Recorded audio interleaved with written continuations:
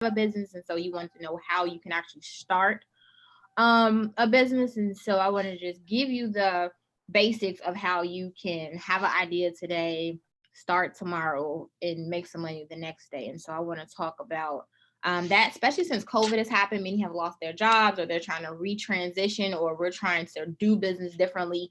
I wanted to talk about that today. So let's get started. We talked about me last week. I am a project manager and a business growth strategist. I teach people how to grow and scale their business. I primarily work with coaches and consultants and corporations. I am a business trainer for MasterCard. K Consulting is my operational management firm that work with businesses to manage their business infrastructure needs. We teach consultants how to create a bigger impact, gain back their independence, and increase their influence, which will double their income. Just companies I work with, that I do government procurement, and I also do corporate contracts. And so I've worked with Mercedes, Google, Comment. I live in Illinois, which most of you do. And so I've worked with about 109 of Illinois municipalities, either doing project management work or government procurement work. So these are kind of the top 3 prerequisites. This is not a long presentation because I want to make sure that I save room for questions that you had last week and also this week. But I just wanted to give you the top 3 prerequisites you need to know. The business that you start doesn't have to be the one that you keep. The business that you start does not have to be the business that you keep. You start a business in the beginning for freedom and for you to kind of do business on your own term and make money on your own terms. Doesn't have to be your long-term goal, but it is going to give you what you're looking for right now, that immediate gratification. And so the side hustle that you start, you don't have to be married to it. Number 2, start a skill set service-based business. Start a skill set service-based business. It's easy startup, low overhead, and it's not a lot of moving pieces. When it's a lot of moving pieces, it's usually a lot of barriers to entry based on just your mindset, the resources, the doubt, the fear. But if you start something that doesn't have a lot of moving pieces, it's easier for you to kind of just get started. And so I'm all about starting a business based on skill set so that I can just get started. Number 3, don't let your first business be the one you really want. When you start a business, it's a lot of stuff that you don't know. Just because you ran someone else's business, we think that when we start our business, it'll just be seamless, and it's not. And so then you might get frustrated and discouraged. And so I don't want you to get frustrated and discouraged on the first business, because then you might not do it after that. And so don't let your first business be the one you really want. This is the one that you practice on. This is the one where you learn how to do business. This is the one where you learn how to cross sell and upsell and kind of just be in business. Okay. So I'm going to kind of give you my roadmap of how I did it, just to let you know that I've done this formula and this is not my first rodeo. So my side hustle journey, 2007, I was a freshman in college and I started my first business, which was Royal Dog Walk. I had a cute little poodle and I lived in a predominantly dog walking area, and I needed someone to walk my dog, but we couldn't find anybody. And so I just made some flyers, bought a couple leashes, and I lived in Hyde Park. So I just walked around and passed out flyers. That summer, I made $5,000 from walking dogs. I was not clear that I should have said I only want small dogs, because I was getting big rock rollers and Doberman pictures, and I should have been clear about how many walks and how long we will walk. But all I had was a flyer, a phone, and some leashes, and I was able to make $5,000 that particular summer off of that side hustle. In 2012 is when I quit my job. I started K Financials, which was a bookkeeping company. I hate bookkeeping. Like, I hate it with a passion, but I'm really good at it. 9 out of 10 businesses that you walk into, their books are not in order. And so I started that as the side hustle. That's what I did to quit my job and to start something of my own. That eventually kind of turned into being my side hustle, so my full-time job, because I think he wasn't my husband at the time. He was my fiance. We had the conversation about me quitting my job and me doing this side hustle for about a year, and he can support our bills, but I had to keep up the Bianca lifestyle from this side hustle. But we had this conversation on Friday. He ended up having to have emergency brain surgery on that Monday. And so he was off work 9 months, no pay. So my little side hustle, fun idea that I had to be a full-fledged job where I had to pay mortgages and car notes and just everything else. So I didn't have the luxury of letting it be a side hustle like we planned. It kind of turned in me having to provide. But I'm all about kind of phasing in and phasing out. A lot of times we get complacent and stuck and we figure out the routine, but we don't kind of go to our end goal. And so I'm all about knowing I'm gonna do this for 2 years and then I'm gonna phase to something else. I'm gonna do this for 2 years and then I'm gonna phase to something else. And so the business that you start doesn't have to be the business that you keep, but you have to be on a timeline. You have to know on December 1st, 2021, this is when this will end. Like we're working up to phasing out to do exactly what we want to do. I've always been very clear on my phasing in and phasing out. So I did bookkeeping for 2 years, phased that out, did Kate & K Consulting. We did career development. So I became like the 6-figure job lady. She can get you a 6-figure job. She can help you with your resumes. I didn't like that either, but I've always known that I wanted to have an operational management firm because that's what I did in my corporate job. And so I've always wanted to be my corporate job, but I also knew that you have to crawl before you walk. And I was a 23, 24-year-old girl. So telling people how to grow their business and mergers and acquisitions and growing and scaling, they didn't take me seriously. So I ended up starting that business in order to be able to do this particular business. Let's go back. So let's start with number 1. So this should be the outline of your paper. What skill set do you have that people will pay for? Just because you like to do it doesn't mean that I'm going to pay for it. Just because you like to do it doesn't mean that's something that I will pay for. And a lot of people say like, oh, the market is oversaturated. I just think that's a lazy excuse for people that don't want to put in the work to figure out what differentiates them from the market. But a saturated market is key because if they're buying it, that means there's money over there for you to make. So the saturated market part is key. If no one else has done it before, it's probably no money in it, or it's probably not a good market to start in. So a lot of people say like, hey, I'm starting it and no one is doing it. Well, we're probably not ready for it yet. Just like when computers came out in the 1950s, like we wasn't ready for computers. So it didn't work. But then in 2000, when it came back out and it was more popular, it worked. And so sometimes your ideas have a timing, or sometimes it's just not a good time. And so a saturated market is key. If it's a saturated market, it's money over there. Get you some saturated money too. So figure out what makes you different, and we'll talk about that. What you like to do and what I want to buy is kind of two totally different things. You might like to draw. I might not want to buy paintings, right? So you have to kind of figure out what I like to do and what I want to buy. Those things have to kind of add up. So you want to write a list of what I like to do and don't like to do, but I'm good at. I didn't like to do bookkeeping. Like I hated it, but I was really good at it. And it was a market for it. It was a need for it. 9 out of 10 businesses that you walk into, they needed their books. Their back of house was not together. So just because I didn't like to do it, I was good at it. So we got to do what we have to do so that we can do what it is that we want to do. I'm totally okay with suffering temporary to get to the long-term success. Remember, this business is not your long-term goal. This is just something for you to get freedom and for you to kind of do those short-term goals that you have. So you want to write a list of what I like to do and also what I don't like to do, but I'm good at. And then you want to ask people. You want to do your focus groups. You want to do that research and development. Ask people like, hey, I'm really good at writing resumes. I'm really good, at grading papers. Like, these are my skill sets. Based on these skill sets, which one do you need?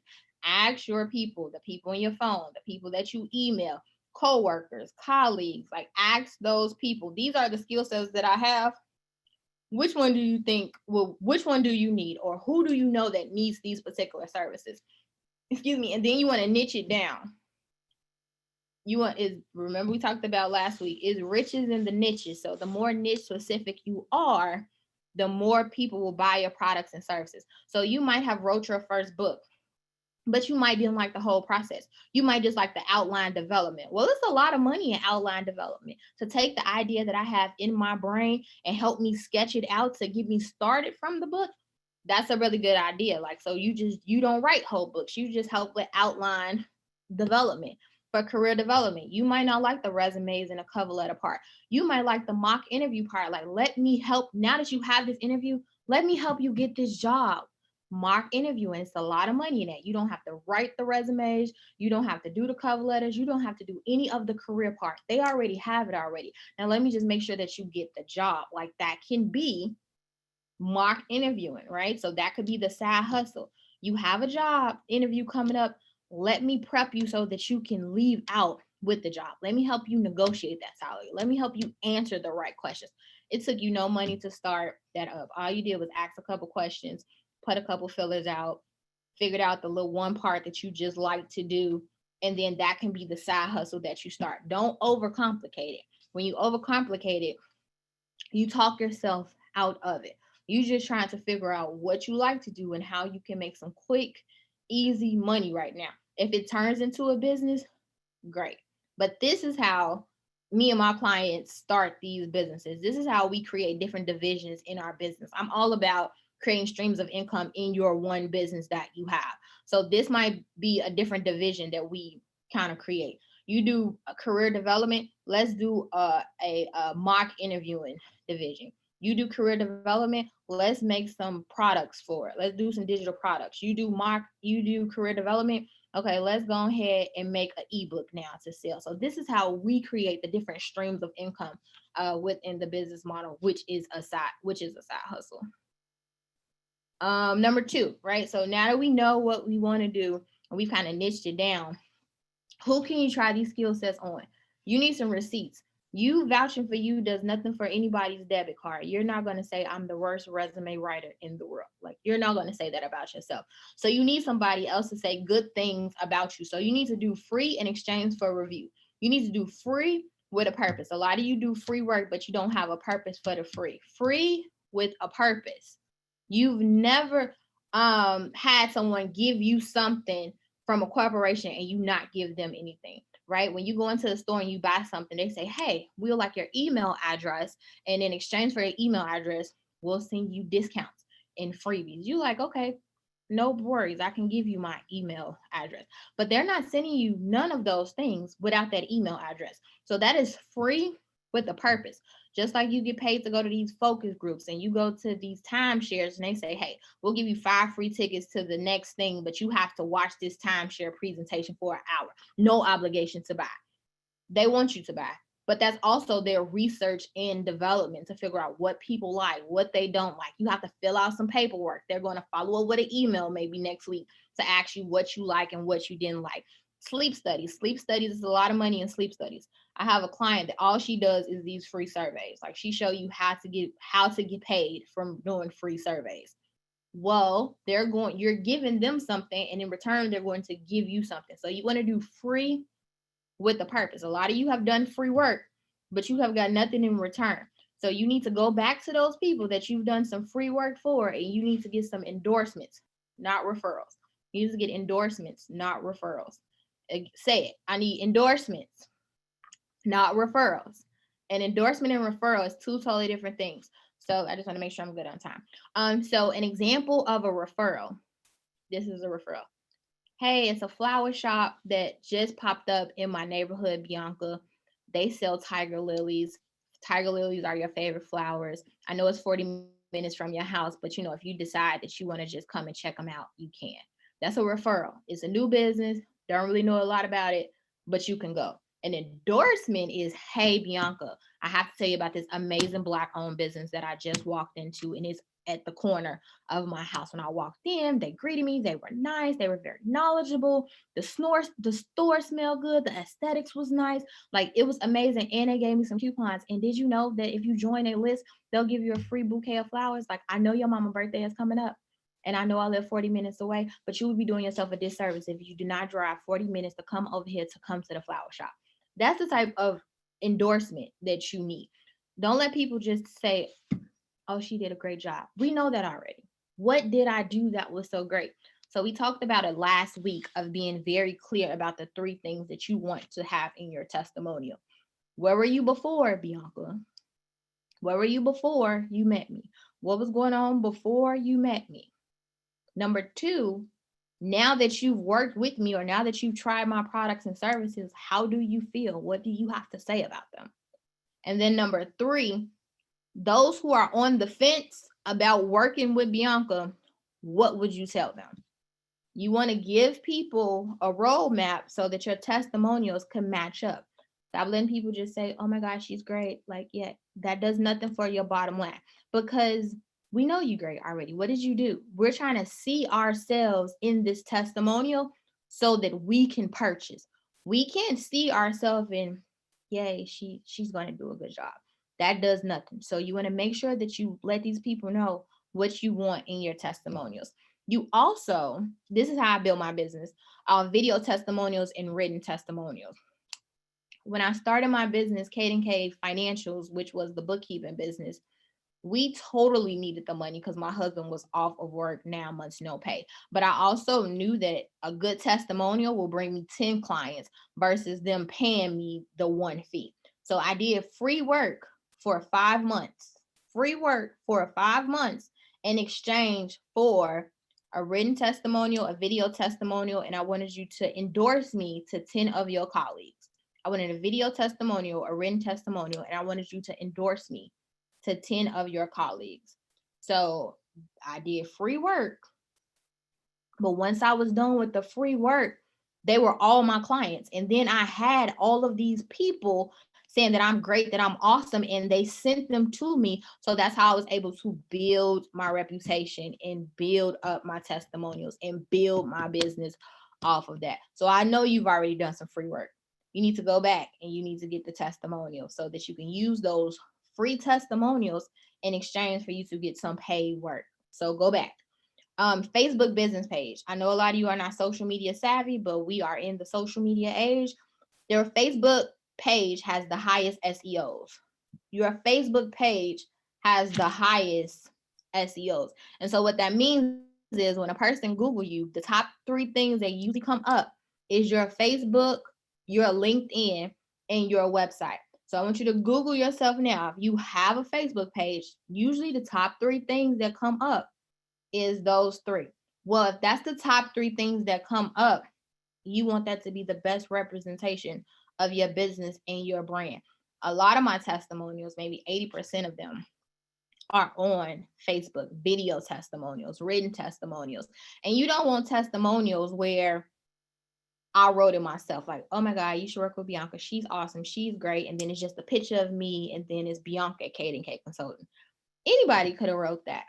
You have more skin in the game and more reputable if I see a picture of Bianca from Bianca account that actually posted that right there.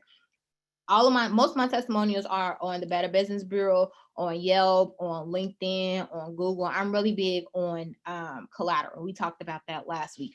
I'm really big on testimonial collateral. So every place where you go to review testimonials, we have them there. But you will see Megan that posted it, and Lance that posted it, and Shelly that posted it. It's not, oh, Bianca is great in written form, and then I just plastered a picture of somebody right there, and then I put Bianca at the bottom. Like, that doesn't give you as much credibility, because a lot of people will reach out to those people. Hey, I see that you did a testimonial for Bianca on her Better Business Bureau page. How was that experience? I get a lot of people that say, like, I reached out to the people that was on your testimonials, and they said that you were great. I'm glad you did that. Like, that's why I put them there. But I don't have to do any work, because they've already done it for me by doing the research that I put out there for them to be able to do. You need 4. The rule of thumb is 4. The rule of thumb is 4. And you need 4 saying different things. If you solve a lot of different problems from this one product and or service, we'll take the career development and you do mock interviews. One needs to say, oh my God, I was very nervous. I've been in my job for the past 15 years. So I haven't interviewed in 15 years. I worked with Bianca. She gave me the information that was needed. I went into my interview based on what she said, and I killed the interview. And now I have, an extra $30,000 increase in my salary from Bianca helping me. That's a really good endorsement. So you want to have different endorsements, not the same ones, but you should be working with different people so that you can have a variety. Remember, we want to see ourselves in these testimonials so that we can purchase. So that's number 2. You need some receipts. Number 3, how to price it. I get this question a lot. Like, how do I price this? Well, you need to do a competition analysis. Remember, we talked about last week that you are not your only competition. There's a lot of people that do what you do. So you need to figure out who do what you do and look at their pricing and compare them, and then come in the middle. So if it's a career development and for their service is mock interview and they charge $150 and another one charge $175, then another one charges $135, you might want to come at that $145. And then you have 4 testimonials of people saying that it's great and that it's awesome. So you have your receipts and you have your price. So it seems like that's where I want to go. You want to be competitively priced.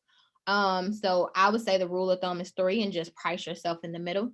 Also, you want to make sure that you have your cupcakes and rainbow offer. That's the bells and whistles. Just like when you go get an oil change, and then it might say $29 for the basic oil change. And then for the $59 one, they're going to check the windshield wiper fluids, and they're going to check the air pressure in your tires, and then they're going to fill up on all of your fluids. You could easily have done that on your own, but they made it sound so great. He was like, okay, no worries. I'll give you that $59. But that's the cupcake and rainbow offer. Stretch it out, make it look like it's more than what it is. I might say like, hey, if you buy this product or service, we give 24-hour phone support, 24-hour text support, 24-hour video call, 24-hour Q&A. You have a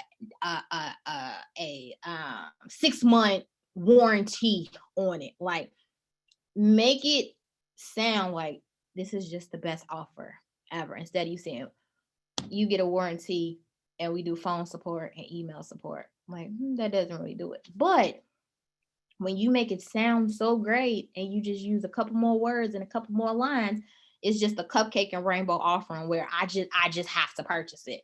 Value-based. And so I do value-based pricing and value-based work. Like, we don't charge an hourly rate. It's this how much it's going to cost for me to be able to do this. And these are the results that you're going to be able to get based on these results. This is what I've done for other people. So if you follow this blueprint, you should be able to get these same type of results, where I'm not trading time for money. I don't trade time for money. We're value-based and project-based here. Also, the magic number. How much you want to make? You want $3,000 a month? You want 10? Okay, now what's the magic number? And then just go back from that. Like, if you want $500 and it's $100, you only need 5 people. So figure out your magic number. How much does it cost to live in your house? How much does it cost for your livelihood? That's kind of the first number that you should think about. How much for your livelihood? How much is it just to pay your mortgage? If it's just a fun, how much is it to pay your mortgage? Or how much is it to pay your car note? My business started off as I just wanted to be able to pay my car note and get my hair and my nails done. And I wanted to be able to buy a new pair of shoes. So I wanted $1,500 a month when I started out 8 years ago with my side hustle business. I just wanted $1,500 a month.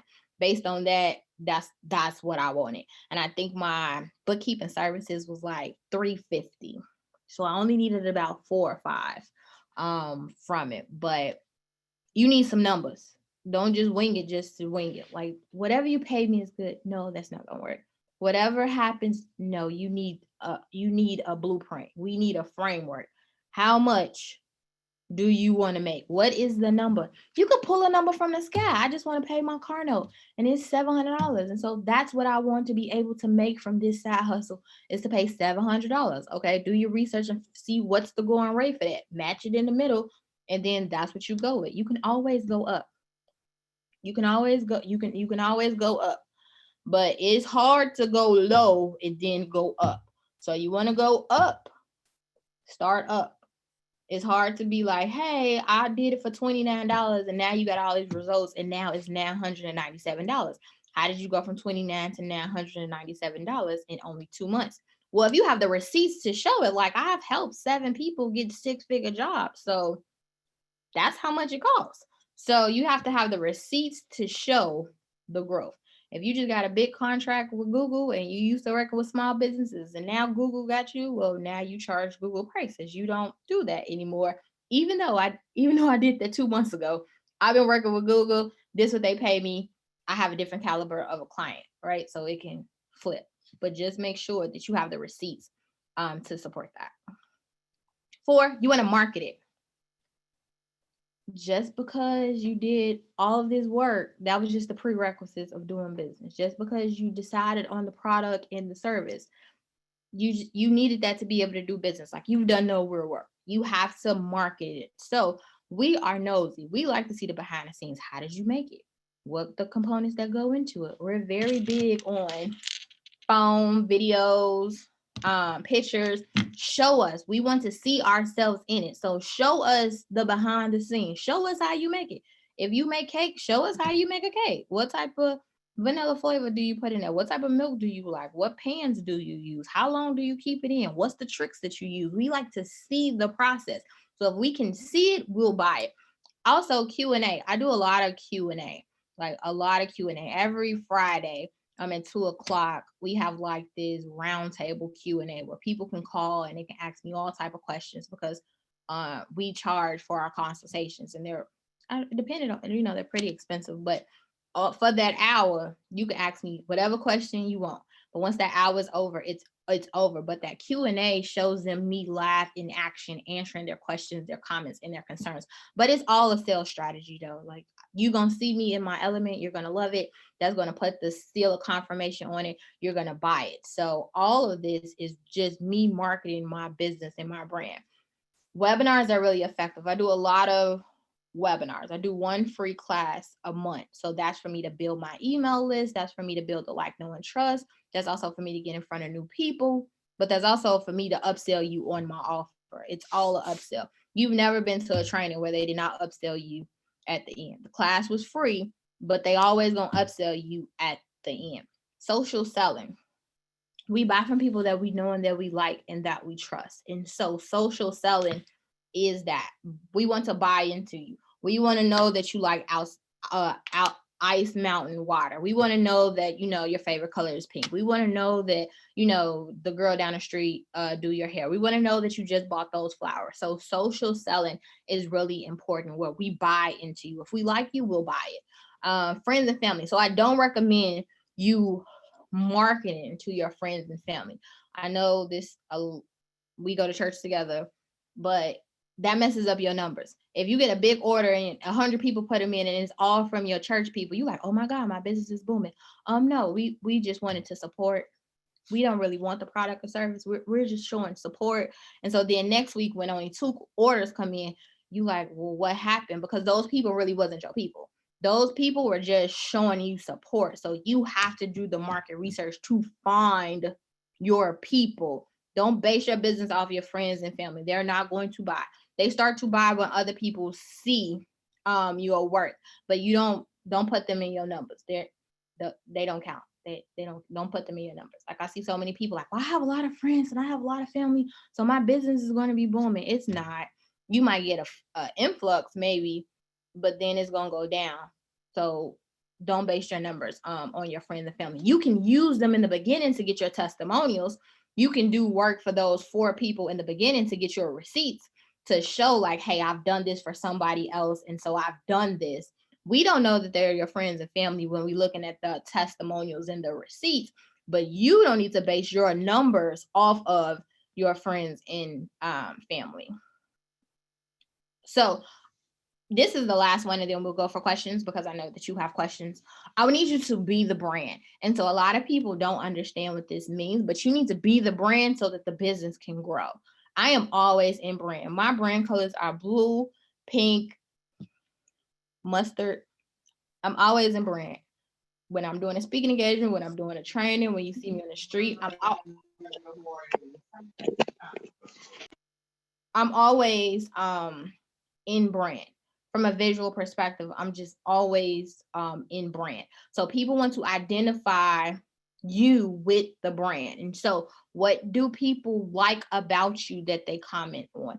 Is it your hair? Is it the way you dress? Do you wear, different type of glasses? Do you always have a flashy car? Do you always have on a nice suit? Do you always have on a nice bag? Like, what is the brand? You want to show up as people see you all the time. So that's visual. Just like for church, like we go to Pastor Meeks, not because he's a pastor, because it's millions of pastors, but we like his teaching style. We like the way that he breaks down the Bible. We like that he does jokes all the time. Like, we bought into him. So that's why we go to his church. But when you started to go to the church, you started to like other stuff. Like, hey, they have this type of ministry. They do these different community initiatives. You know, all of my people that I went to high school with go to this church. Oh, I like the children's church. It's a lot of stuff that you like once you bought into the brand. So you want to be the brand, the lingo, the Q&A, you want to be the brand. You also want to start a business, as I recap, skill set. Start a business based on your skill set first. It doesn't have to be the business that you keep. It's just something for you to get your name out there, get your foot out there, for you to learn how to do business. Service-based are really good because all you need is a computer, your skill set, couple, internet, couple administrative tools, and then you're kind of good to go. But if you start a business based on, you have to order all of this stuff, you got to have all of these processes, all of these systems, it's too many barriers to entry. And so therefore you get discouraged and you don't do. You just want to get out there and test the waters to see if it's something that you want to do. If it works, try it a different way now. Maybe you did Q&A one week and now you want to do webinars another week, right? Maybe you did 3 video testimonials and now you want to get 3 written testimonials. Like, if it worked, now try it a different way so that you can figure out your style. Like, this worked, not like this one better. So keep washing and repeating it until you figure out kind of your comfortable flow. Then you want to put some money behind it. Now you want to do your logo. Now you want to do, your articles of incorporation. Like, now you want to get the bank account. Now you want to be prepared for taxes. Now you want to order inventory. Like, now you want to do the videos and the photo shoots and the marketing. Now it works and you see some money in it. I believe in spending business money on business stuff. You haven't made no money from this business yet for you to try to do all of this extra stuff. See if it makes some type of money first. See if you get some type of results first. If it works, then you can stick with it. If it doesn't, tweak it until it does work. And if you keep tweaking it and it don't work, then just put it on the shelf and try something else. You can try as many things. You're not married to anything. You're just trying them to see what you like, what you don't like. What makes you happy, what doesn't make you happy, what is comfortable for you and what isn't comfortable for you. So you're just trying it. And then you want to put yourself in a position to be a business. Like, this is the name of my business. This is what I do. This is how much it costs. This is how we operate. Now you can kind of put it in position to where it can be a business. But this is kind of just that work. This is where you get paid for the research and development phase. You're kind of hobbying it. You're hobbying it as a profitable hobby to just see if it worked and kind of if it does not work. And if it doesn't work, remember, you're not married to it. You can try as many things as you want to until it works. But when you find something that works and you like it, then you kind of marry it and make it into the business that you want. So I think that's it. Questions. Okay, so I wanted to make it short and sweet so I can answer questions, because I know I didn't answer questions last week, so I'm available for questions. How do questions work? Do I unmute them, Michelle, or do they unmute themselves? How does it work? Chat. Anyone that has a question can unmute themselves.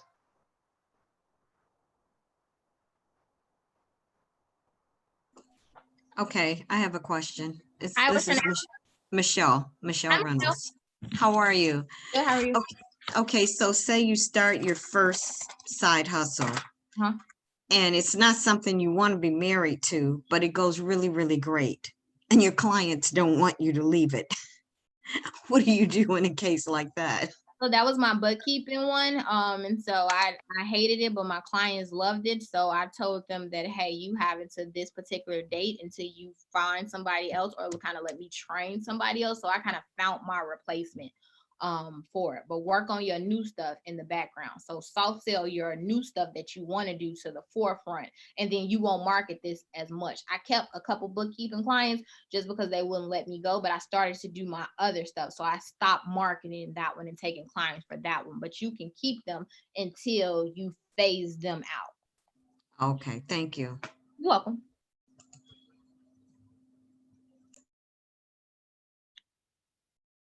Any more questions?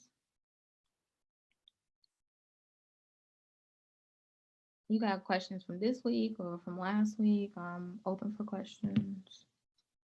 See, I could have made my presentation longer. I have a question. This is Rhonda. Rhonda. Okay. Hi, Rhonda. Hello. My question is, what do you think that the likelihood would be that a competitor would be willing to talk to you about how they got started? So something that I was thinking about starting was like a courier service where you would have, well, it would be dependent on other vendors providing maybe like jelly or leaves or fill in the blank. But I haven't necessarily seen a blue, and sorry for this toddler music I have in the background, but I haven't seen necessarily a blueprint for how one would get started for something like that. So my thought is that I would only be able to talk to other people who are already providing a service. Mm-hmm.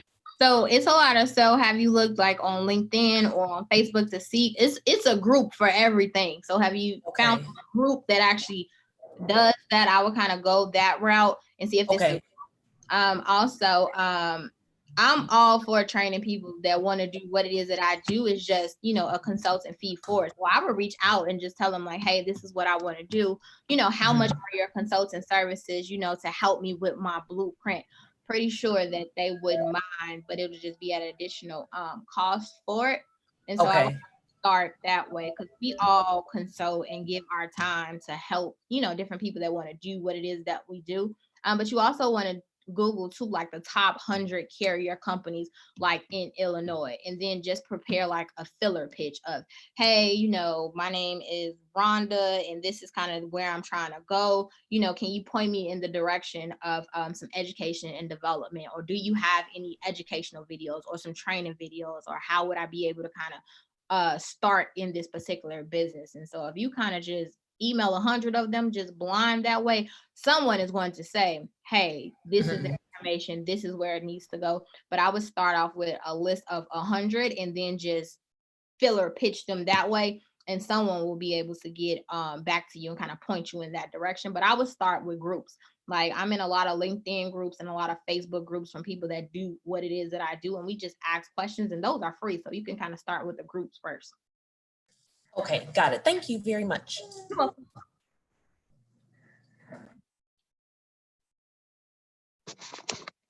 Hey, Bianca, this is Doreen. I appreciate and I love all the information that you've given.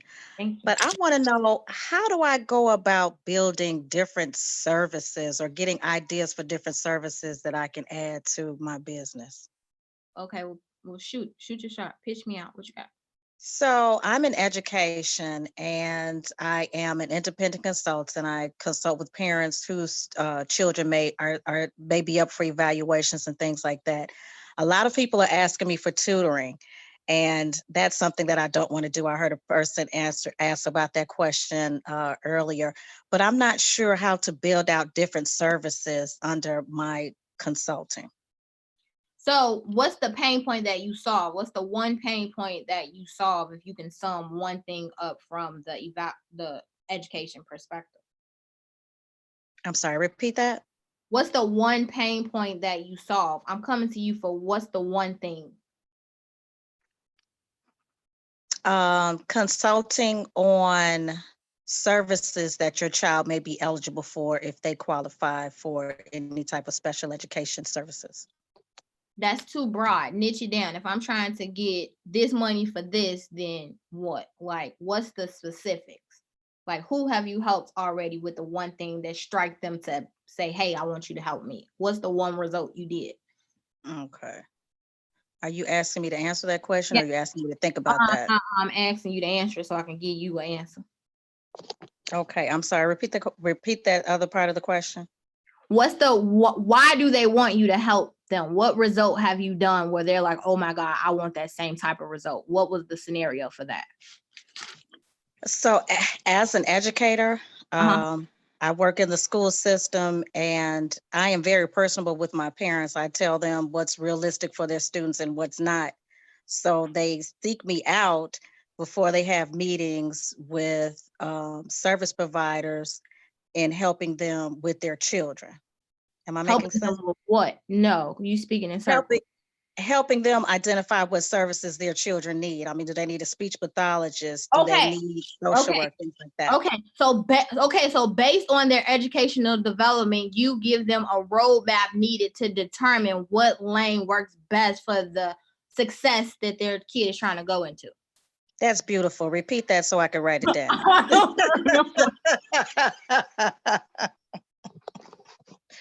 But I love that. But that needs to be the pitch. Like you Yes. have to speak to that one pain point and that one solution of, I am an education strategist that's in the business of helping children, parents like you determine the education route needed for their children to set them up for, college success or future success or Ivy League success. Like it has to be something good at the end of it, like a 30,000 SAT score or something like that. Like, what is the grand result that you've got for somebody else that now you are trying to get us as close to get? So you want to kind of figure out what that is. So now you can prepare a video or maybe a worksheet or a workbook of kind of the 10 things that you need to get in order for you to be able to get here. So then it can be a training just like this where you record it, make a worksheet, and then that can kind of be just a product that you sell instead of giving your time from a consultant standpoint. You just have a whole bunch of e-learning products. Since you are in education, you can just make your own online digital like education hub where you have all of these different classes and courses and modules, and it's not complicated. It's just you speaking like this to it and then just selling it that way. Okay, that sounds great. And I think the vocabulary that I want to use, I just want to make sure I'm not presenting material that's over a parent's head. Right. So you want to speak in their lingo of the language that they need and not education lingo, because we don't speak that. So you got to learn how to, I say, speak kindergarten talk, like make it make sense to a kindergartner on how we're going to kind of get those results. So that's what it is. We help you give the tools needed so your kid can, get a 2,400 on their SAT to get into the school of their dreams. So whatever that thing is, it all starts with a plan. So that could be what you sell, customized plan, just the plan to show them the possibility. Now, if they want more than that, that's when you can upsell them on a service. But you could like make a lot of money just giving plans, because we do want a blueprint. We don't know. So that's when your area of expertise come in to just prepare blueprints. And that could be a customizable blueprint that all you do is kind of plug in that information based on their questions and then upsell them on your products that you have. You said you want this, I got a class that helps you on this. You said you need this, I got a course that'll help you with that. But they pay for the blueprint and they're gonna pay for the class. Okay, fantastic. Thank you so much. You're welcome. Any more questions? I don't want to go over. Are we doing good? It says 7:46. Okay, any more questions? Bianca, there's a question that was typed in. The person has a handcraft candles, and they want to know how can they locate the niche of people who love candles. Well, we all love candles, so that's pretty vague. Like, that's not who do you want to have these candles? Are you trying to partner with realtors?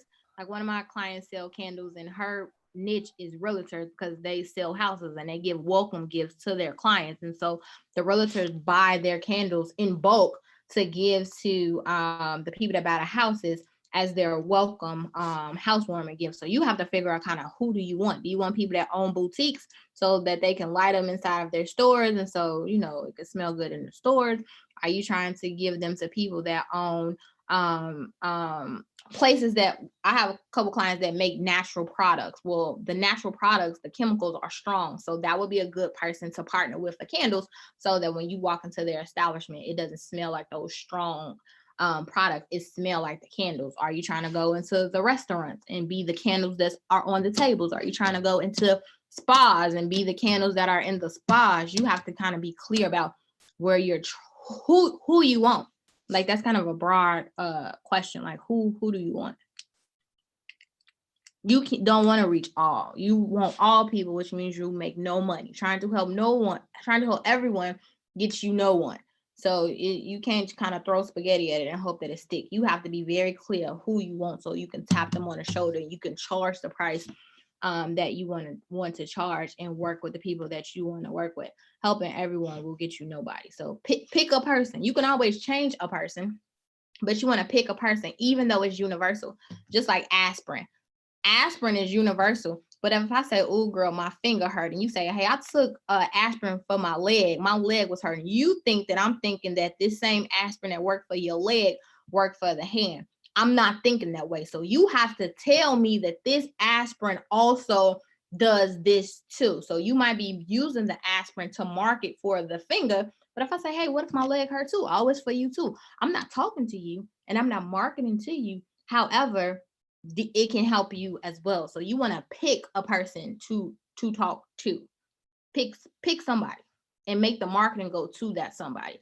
I would say go high end. Like one of my clients sells skincare products, and they sell them strictly in Neiman Marcus and strictly in Saks. You cannot find it in Walgreens and Walmart. They are a high-end skincare line, so it goes directly to them. But you know, if you walk in there and you want it, you can buy it too. But they're definitely clear about who they're marketing to, and so candles can be a luxury thing. Like it can be a luxury thing. I was just reading Forbes today, and it's a hot sauce that is $32, and they made $25 million last year, and they're 26 and 29-year-old CEOs, and it's a hot sauce. It's not for everybody. It's for a particular brand. It's only sold in Neiman Marcus and Whole Foods. So you have to figure out where you're trying to go. How do I contact those people? You have to, I would send, we send a lot of packages, like welcome packages. So I would figure out who's the CEO or who's in charge of brand development and figure out who that person is, and then just send them a candle. Like this is like your pitch. I would send some samples of, you know, candles. My client does stitch like patches, and we just sent out because you know, at these companies that are not Black, you can't wear Black Lives Matter movement to work, but we have to wear masks. So we're sending out patches with the company logo on it so that they can be put on masks or put, you know, on blazers so that they can still represent the Black Lives Matter movement, but it's not messing up their uniform. So we've made a lot of different patches for these corporations and just blanket mailed them out as our like pitch of like a free sample. So you have to get creative and kind of think outside the box of where you're trying to go. Any more questions? We got 10 minutes. We are really good with time right now. This is Rhonda. I have another question. Okay, Rhonda, shoot your shot, Rhonda. Come on. Would you recommend people paying? Sorry, I'll make this real quick. Would you recommend people paying like Facebook, Instagram, or Google for their ad? Yes. No. So I believe in organic. So I've been in business for 8 years, and all of my stuff has been organic.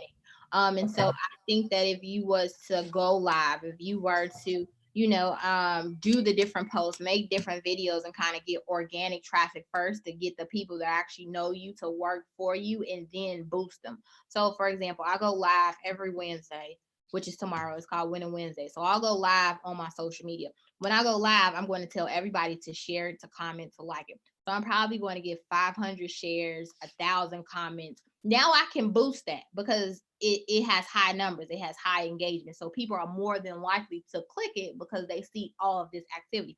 But it was just all my friends and all my family that I used to just do some free stuff for me and just to kind of share it. So you have to boost stuff that already has engagement on it so that it can do numbers. If you're just boosting it blind, it won't do anything. So I would kind of just start with the organic traffic first and then boost it. Okay, and my last-ish question is with the service. Thank you for that. With if you have a model where you're going to outsource or get contractors to do the work that you would prefer not to do yourself, how do you consider that in your price point? Because if you would charge $100 for the value of what you're doing, but if I'm the contractor, I'm charging $80, then are you as the entrepreneur like okay with the $20 profit because it's technically somebody else doing something that you don't want to do? So I would be no. So you got to kind of figure out what's the bottom line number that you want. So what is your base pay. If your base pay out of that 100 is you want $50 out of every 100 and you're cool with distributing the 50, then the 50 is your number. So you have to kind of figure out what has to be your take home. But you can go on like Upwork, or you can put out an ad too. Like I just hired 2 new people. I found one on LinkedIn and one on Indeed, but I just made like a regular job post and just put what you want to put in the job post, how much it's going to cost. And then just have those people apply. And it could be a contractual basis based on the people that I get, means that's the type of work that you'll get. But I would at first kind of do it first to see how long it's going to take. But you've been doing it for a while, and so then you want to deduct 3 hours from it. So if it's a 6-hour job and you can do it in 6 hours, it's probably really a 9-hour job. You just been doing it for a long time, and so you kind of want to price it for that, not on your area of expertise, because you're not doing the work. You're just kind of bringing it in and giving it to somebody else. So your fee, you should be okay with giving a person half of it, since you're not even really doing the work. You're just bringing the people in and kind of sourcing it. But then that's going to be volume. So you might bring in 50 people at $100 each. Well, you get the 50 and they get the 50, and you've done no work but kind of just market it to bring it in. But that shouldn't be your only stream of income. That kind of just be one, and then you're kind of working on some other projects where you get to keep like all of the money. Okay. Okay, thank you. You're welcome.